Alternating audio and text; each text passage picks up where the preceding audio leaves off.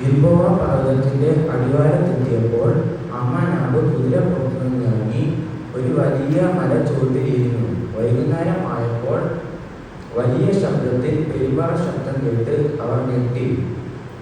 യുദ്ധം അവസാനിച്ചിരിക്കുന്നു, അത് വിജയപേരിയാണ്. ആരായിരിക്കാം ജയിച്ചത്? ഫിലിസ്തരായിരുന്നുവെങ്കിൽ എന്നവൻ ആഗ്രഹിച്ചു. ഇസ്രായേലിയർ ദാവീദിന്റെ നേതൃത്വത്തിൽ അമാലേക്യരോടും ശൗലിന്റെ നേതൃത്വത്തിൽ ഫിലിസ്ത്യരോടും യുദ്ധം ചെയ്യുകയായിരുന്നു.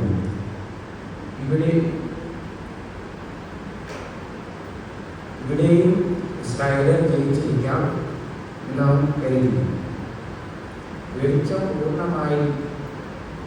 പൂർണ്ണമായി വിട്ടുകൊടുക്കുമ്പോൾ അവൻ ഗിൽബോവ പർവ്വതത്തിലേക്ക് നടന്നു. അന്നേക്ക് 3-ാം ദിവസം.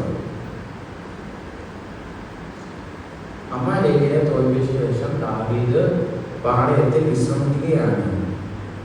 വിജയത്തിന്റെ ആഹ്ലാദത്തെക്കാൾ ശൗലിന്റെ മക്കളുടെ ചിന്തകളാൽ താൻ അസ്വസ്ഥനാണ്.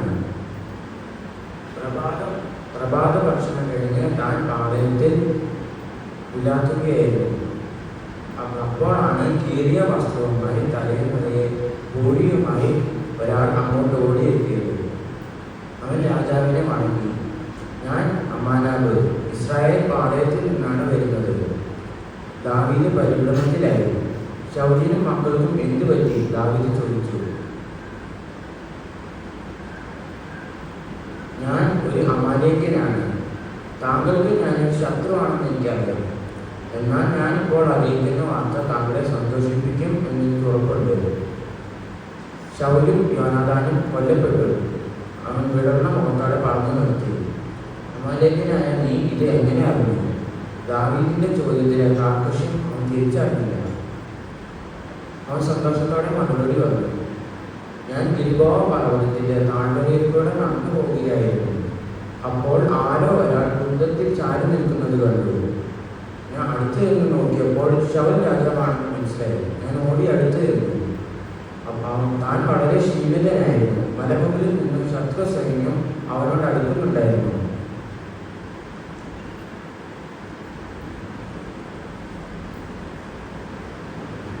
ഞാൻ അമാലേക്യനാണെന്ന് മനസ്സിലാക്കിയ ശൗൽ ശത്രുവിന്റെ കയ്യാൽ കൊല്ലപ്പെടാതിരിക്കാൻ ഞാൻ തന്നെ കൊല്ലണം എന്ന് പറഞ്ഞു.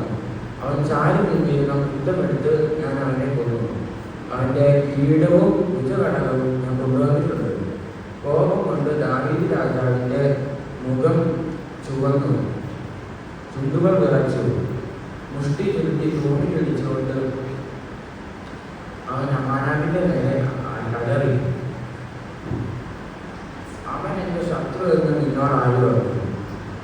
അവൻ എന്റെ ശത്രു ആയിരുന്നു. അവൻ എന്നെ പലവട്ടം കൊല്ലാൻ ശ്രമിച്ചിട്ടുണ്ട്. എന്നാൽ അവൻ ദൈവത്താൽ അഭിഷിക്തനാണ്. അഭിഷിക്തന്മാരെ കൈവയ്ക്കാൻ മനുഷ്യർക്ക് അവകാശമില്ല.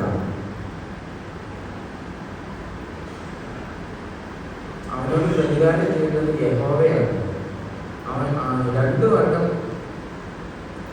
വട്ടം നിരാലംബനായി അവനെ എൻ്റെ കയ്യിൽ കിട്ടിയതാണ്. ഞാൻ എൻ്റെ രോമം പോലും ഇത് പറിച്ചിട്ടില്ല. എന്നാൽ നീ അവനെ കൊണ്ടുവന്ന് വീര്യം പറഞ്ഞുകൊണ്ട് എൻ്റെ മുമ്പിൽ നിന്ന് എനിക്ക് എങ്ങനെ ധൈര്യമുണ്ടായിരുന്നു? അമ്മാനാബ് സ്തംഭിച്ചുപോയി. അവൻ്റെ മോഹക്കൊട്ടാരം തകർന്നടിഞ്ഞു. എന്ത് പറയണമെന്ന് അറിയാതെ നിൽക്കുന്ന അവൻ്റെ നേരെ കൈ ചൂണ്ടിക്കൊണ്ട് ദാവീദ് പ്രഖ്യാപിച്ചു. നിന്റെ രക്തം നിന്റെ തലമേൽ. യഹോവയുടെ അഭിഷിക്തനെ കൊണ്ടുവന്ന് ഞാൻ കൊണ്ടുവന്ന് നീ നിന്റെ വായ് കൊണ്ട് തന്നെ നിനക്ക് വിരോധമായി നീ സാക്ഷീകരിച്ചുവല്ലോ. ഇവനെ കൊന്നുകളക. പടയാളികളുടെ വാൾ ചുഴത്തപ്പെട്ടു. അമ്മാനാബിന്റെ ശിരസ് പാളയത്തിന്റെ പുറത്തെ കുരുങ്ങി. അപ്പോൾ സ്വർഗത്തിൽ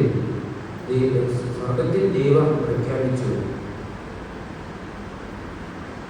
ദാവീദ് എന്റെ ഹൃദയപ്രകാരമുള്ള മനുഷ്യൻ.